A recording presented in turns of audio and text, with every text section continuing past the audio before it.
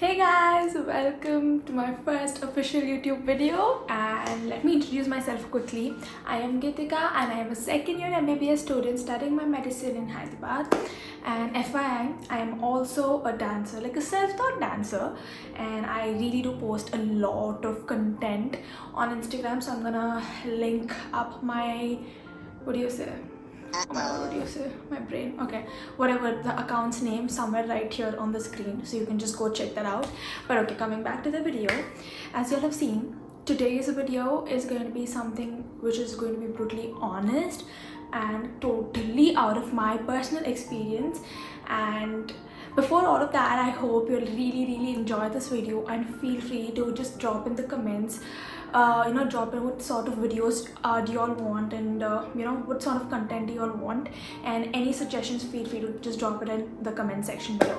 So without any further ado, let's get into the video. So today's video is going to be about 10 things I wish I knew earlier as a med student. So 10 things I want you all to know before you start your med school's journey. So let me start. Okay, so the first and the most basic one would be start early. And by start early, I do not mean start all your stupid stuff early, but I mean start studying early. Because honestly, your first year has all of the core and the main and the basic subjects. That's 3 subjects: anatomy, biochemistry, physiology. And these are known as your core subjects or your foundation subjects, because they lay a really proper foundation for your entire MBBS degree. So it's just like very simple. I'm going to give you an example. So these subjects are like the very core subjects. So when you, let's take an example. So you're building a house or constructing something. You first need to lay the layer the whole base floor in a very even way. So, and if you don't layer it down very evenly, there's a fine possibility of the building collapsing, or you might not even be able to construct a building. So it's the same way. If you're not going to have a proper grip on these 3 core subjects, your entire MBBS degree is going to be really hard. It is going to take a toll on you mentally.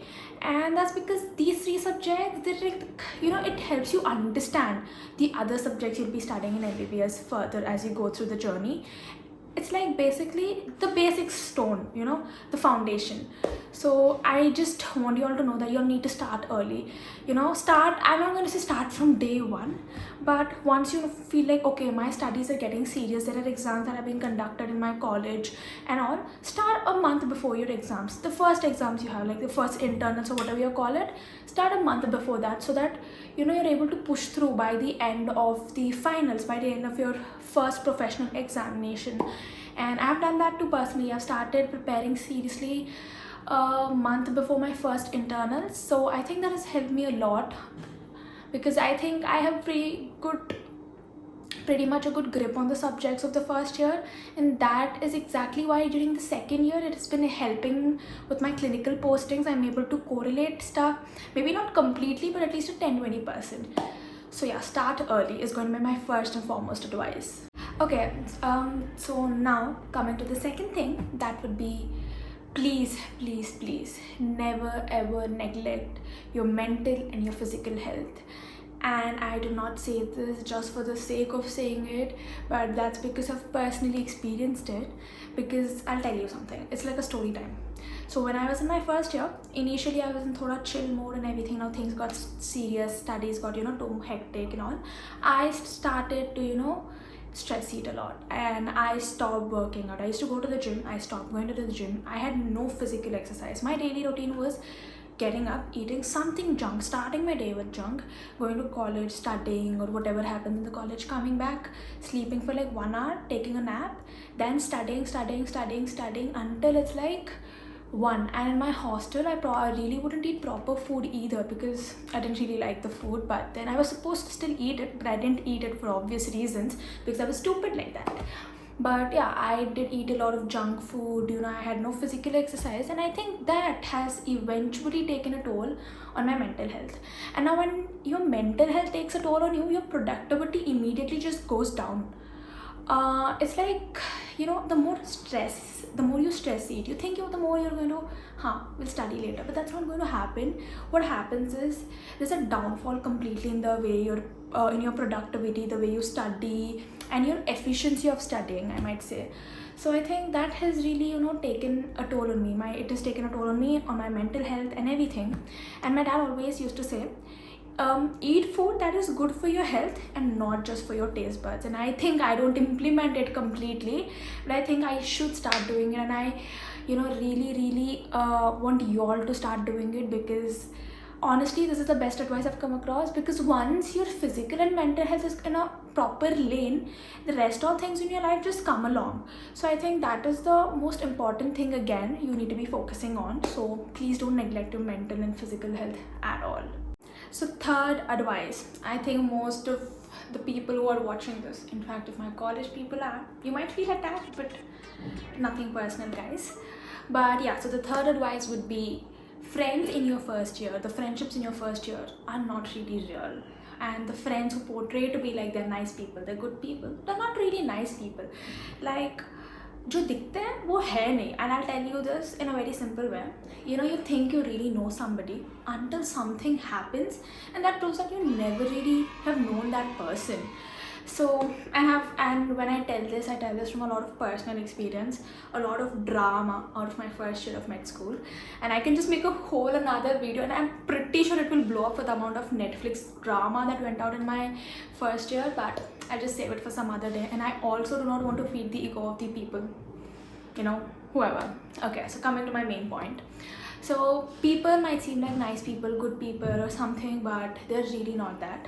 99% of the friendships and relationships in first year do not last until like the first or second. After, like, once the first year is done, you already, by the end of first year, you will develop some sort of rivalries or something. So these friendships usually don't last. So don't base your entire MBBS on these people and be like, agar if that person is doing this, then only I will do this. If that person is going here, then only I will do it. Just have some individuality for yourself.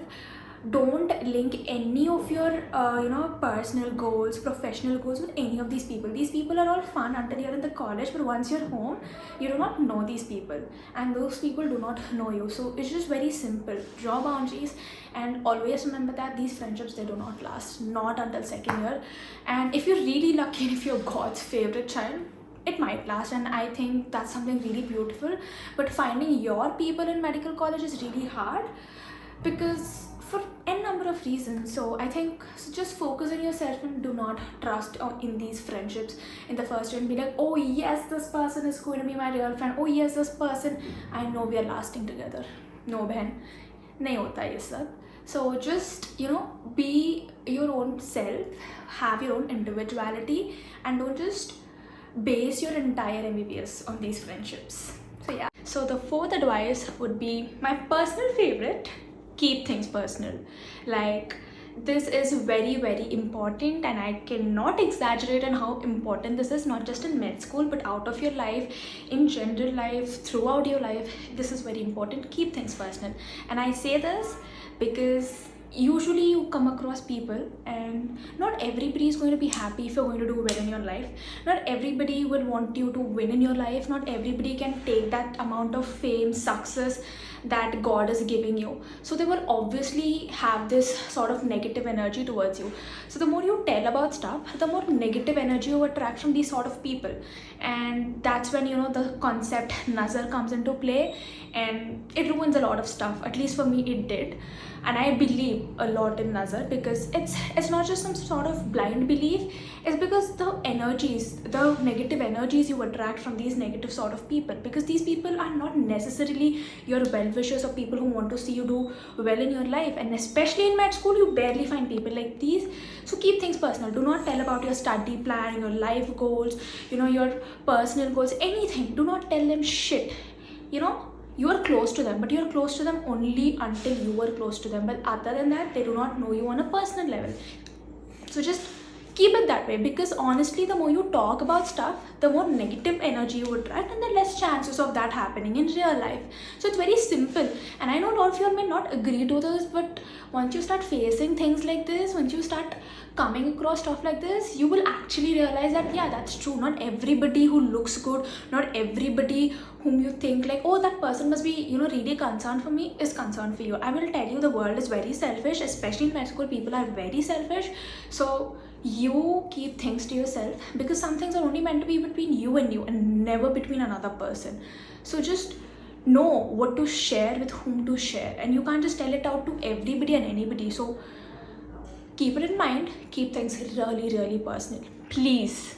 So the fifth one would be protect your own peace, because honestly speaking, medical school takes a toll on your mental health in the most unimaginable ways, because the amount of betrayals you find here is something you would never find generally in other streams, at least as much as I am aware of.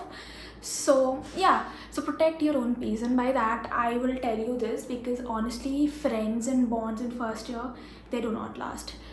My iPhone's battery has lasted longer than these people have ever done. So I think that must tell it all. So to just sum it up, to make it more simpler for you all to understand, protect your own peace, because keep things to yourself. Talk to people, socialize with everybody, but don't stick to this certain group of people and be like, oh, these are my people, I know these are the only people, and ignore the rest of them, because you never know when these people will be against you.